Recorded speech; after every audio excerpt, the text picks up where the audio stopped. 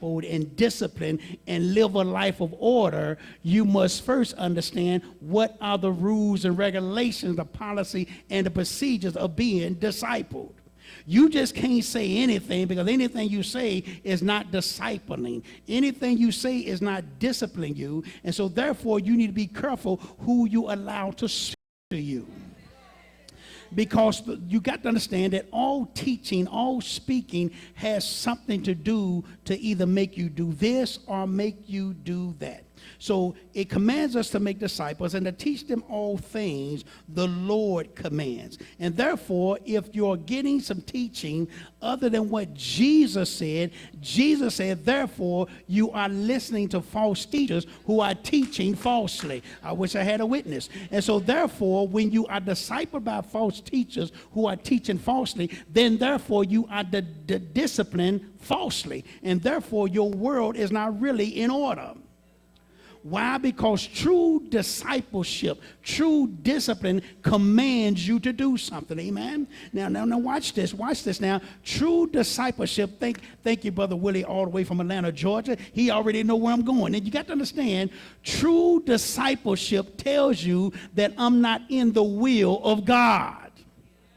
I'm doing some things, I'm existing, but is this of the order of God? Because when you are truly discipled, there is a certain kind of lifestyle, a mandate that has been afforded to us, thank you, Minister Eugene, that you and I must live. Why? Because we are discipled to be disciplined to get our house in order. Can I talk for a minute? Look at your neighbor, say, neighbor, is your house in order? Out of order? It all depends on who discipled you. Now, real quickly, I'm gonna tell you what discipleship does. Go to the book of Romans, the 12th chapter. Romans, the 12th chapter means that when I hear a certain word, it might not make me feel good, but when I live according to that word, it's gonna work out for my good. I wish I had a witness up in here.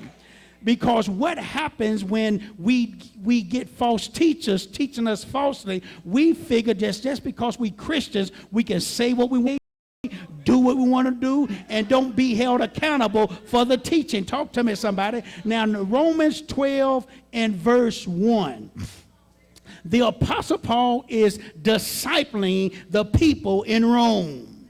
Look at your neighbor, say, neighbor, I don't mind being discipled if it's good discipline that's going to put me in order. Because let me tell you something, when you're in order, everybody around you falls in order. Talk to me, somebody, because when you're in order, just talking a talk and walking a walk, you can't stand for that. Why? Because if it's not godly, you don't want that around you. I wish I had a witness, because if it's not in order, it's out of order, and if I'm not being disciplined the right way, I'm going to follow you in the world instead of you coming out of the world. Follow me based on the word. Now, as you got to say, there's the world and there's the word. The only thing that separates the world and the word is the L. W-O-R-L-D, W-O-R-D. I wish I had a witness. Come on here, somebody. Because when you're in the world, the L can stand for lust. Talk to me, somebody. The L can stand for liars. Talk to me, somebody. But when you're in the word, you take that L out and you put it in love. Talk to me, somebody. When you love somebody, you take your hatred out of the world and you bring that lust and that lies into the church, and now there's love. And the Bible says greater love than no man can have, that he can lay down his life for his brother. Now, to be discipled means I can't think how I want to think and do what I want to do. The Bible says there is a way which seemeth right unto man, but the end of that road leads to destruction. Now watch this. Disciple, discipline, destruction, order. There is some teaching that you've been taught that has destroyed you and damaged you. And no matter when somebody trying to give you a word to get you delivered, if you don't change your mind, you're going to stay in. Help me, somebody.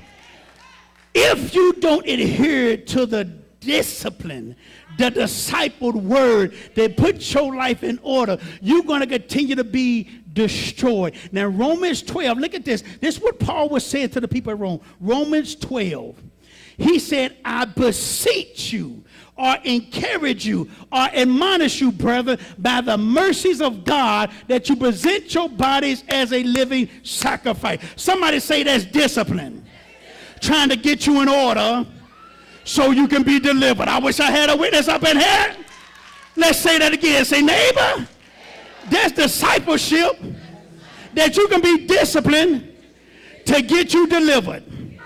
And the reason why some people are not delivered, they don't want to be discipled. They don't want to be delivered. Now, he said, I beseech you therefore, brethren, by the tender mercies of God, that you present your bodies as a living sacrifice, holy, acceptable unto God, which is your reasonable service. Now, but now watch this now. If you're in the world, living according to the world's standards, you don't want to present your body as a living sacrifice. You want to do what you want to do. You want to do like they should say, it's your thing. Do what you want to do. I can't tell you who to sock it to, but what's going to destroy you, who you've been socking it to, and who's been socking it to you.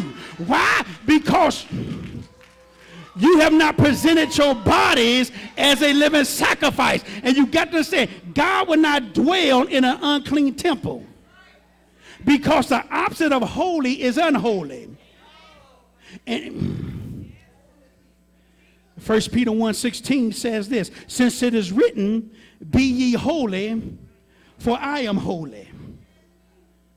Since it is written, it's decreed and declared that the disciple who wants to be discipled to get their life in order must be holy, because God is holy.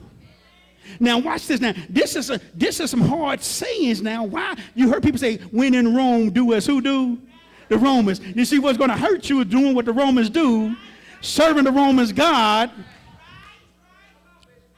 Now see, you can't present your body as a living sacrifice, holy and acceptable unto God, unless you first get your mind in order. Go to verse 2. Go to verse 2. Verse 2 says, and do not be conformed. Now, bring it back right here. No. Come here, Teron. The word conform